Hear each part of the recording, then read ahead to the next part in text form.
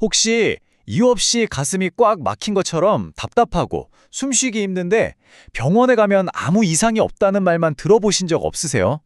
오늘 바로 그 답답함의 정체, 그 미스터리를 같이 한번 파헤쳐 보려고 합니다. 네, 바로 이 느낌이죠. 스트레스만 받으면 가슴이 꽉 막힌 것 같고 숨을 끝까지 시원하게 들이마시기가 어려운 그 불쾌한 감각. 아마 많은 분들이 공감하실 텐데요.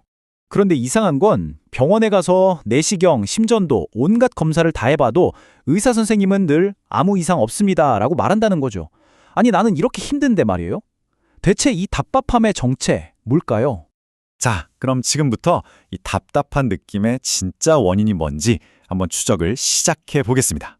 우선 이 미스터리한 증상에 이름부터 붙여줘야겠죠? 한의학에서는 이 신호를 뭐라고 부르는지 한번 알아볼게요. 네, 바로 흉엽고만이라고 부릅니다. 글자 그대로 풀이하면 가슴과 옆구리가 뭔가 꽉 차서 괴롭다 이런 뜻인데요. 이게 그냥 단순한 느낌이 아니라 우리 몸이 보내는 아주 중요한 진단 신호라고 할 수 있습니다. 여기서 정말 재밌는 게 뭐냐면요. 이 흉엽고만이라는 게 그냥 제가 좀 답답해요 하는 환자의 느낌만으로 진단하는 게 아니라는 거예요. 의사가 직접 갈비뼈 아래를 이렇게 꾹 눌렀을 때 손가락이 안 들어갈 정도의 저항감, 그리고 통증, 이런 객관적인 신호까지 포함하는 아주 종합적인 진단이라는 거죠. 그러니까 이 흉유고만은 우리 몸의 에너지 순환 시스템에 또 신경계 조화에 뭔가 문제가 생겼다는 걸 알려주는 일종의 빨간불 같은 거예요. 단순하게 옆구리가 좀 아프네, 이 정도 수준을 넘어선다는 거죠. 좋습니다. 흉엽고만이라는 중요한 단서를 잡았으니까 이제 이 현상을 일으키는 그 보이지 않는 범인들을 한번 찾아볼까요? 자, 주범은 크게 두 가지로 좁혀집니다. 하나는 우리 마음에서 오는 정신적인 문제, 그리고 다른 하나는 우리 몸에서 비롯된 신체적인 문제예요. 바로 스트레스와 잘못된 식습관이 그 주인공들이죠. 자, 첫 번째 범인은 간 기울결입니다. 이름이 조금 어렵게 들릴 수 있는데 아주 쉽게 말해서요. 스트레스를 너무 받아서 우리 몸의 에너지가 제대로 흐르지 못하고 한 곳에 꽉 뭉쳐버리는 현상이에요. 이게 그냥 기분 탓이 아니라 이 뭉친 에너지 때문에 실제로 옆구리 근육이 딱딱하게 굳고 압박감이 생기는 진짜 물리적인 변화를 만들어냅니다.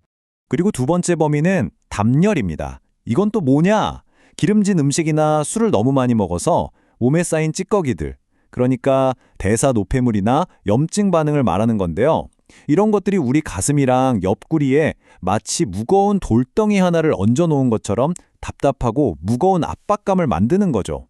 자, 지금부터가 정말 흥미로운 부분입니다. 수천 년 전부터 내려온 이 한의학의 지혜가 현대 과학의 원리와 얼마나 정확하게 딱 들어맞는지 한번 확인해 보시죠.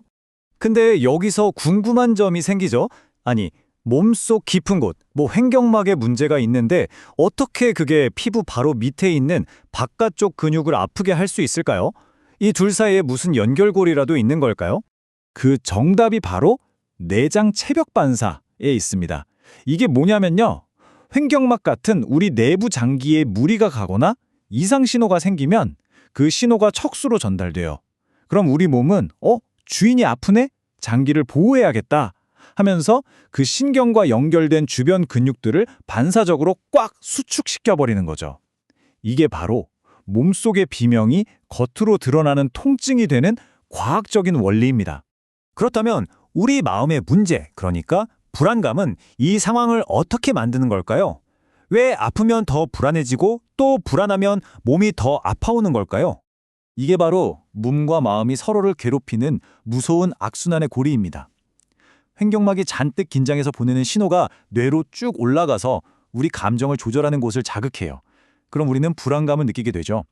근데 그 불안감은 또다시 횡격막을 더 꽉 조이라고 신호를 보내는 거예요. 한번 이 굴레에 갇히게 되면 정말 빠져나오기가 힘들어집니다. 자, 이제 원인도 알았고 범인도 잡았으니까 이 지긋지긋한 악순환의 고리를 끊어낼 해결책을 알아봐야겠죠? 몸 안에서부터 문제를 풀어가는 대표적인 해결책이 바로 소시오탕이라는 처방입니다. 예전에는 주로 감염병에 쓰였는데 요즘 과학으로 다시 연구해보니 이게 만성 스트레스를 조절하고 면역력을 키우는데 아주 탁월한 일종의 천연 항스트레스제라는 게 밝혀진 거죠.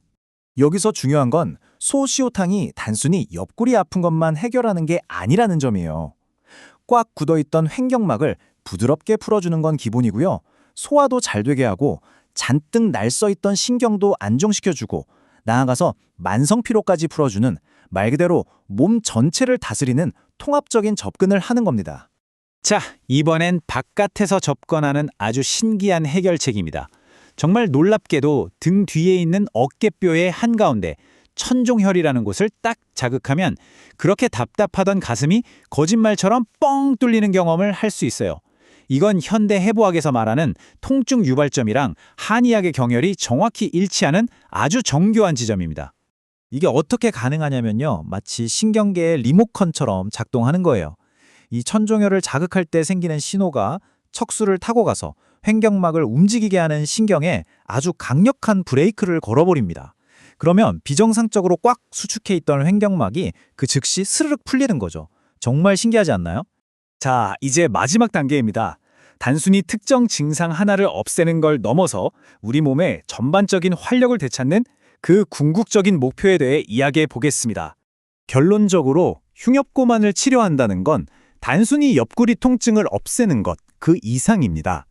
횡격막의 움직임을 정상으로 되돌려서 우리 몸의 호흡 시스템 전체를 바로잡는 과정인 거죠.